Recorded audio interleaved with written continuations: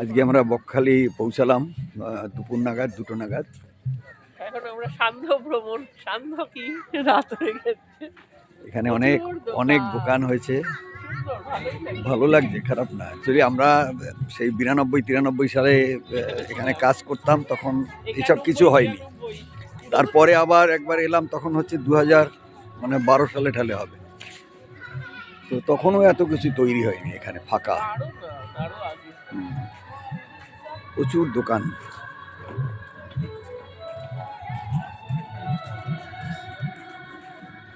প্রচুর জিনিসপত্রের দোকান আর খাবার দোকানে প্রচুর। এখানে বকখালিতে একটা জিনিস হয়েছে, খাবার দোকান এবং প্রচুর হোটেল।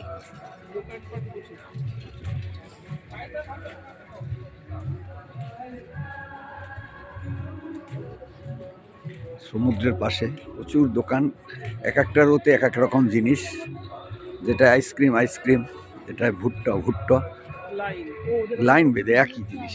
এটা ভালো করেছে, খুব সাজানো গোছানো। বীজটা এমনি তুলনামূলকভাবে পরিষ্কার, নোংরা নেই।